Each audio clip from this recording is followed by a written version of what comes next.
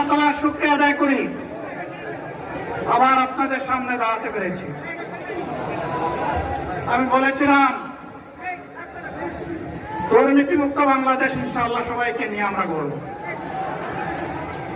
আমরা কথা দিচ্ছি বাংলাদেশ জামাত ইসলামী যদি আল্লাহ তাআলার মেহেরবানি এবং সরকার জনগণের ভালোবাসা নিয়ে সরকার গঠন করে, তাহলে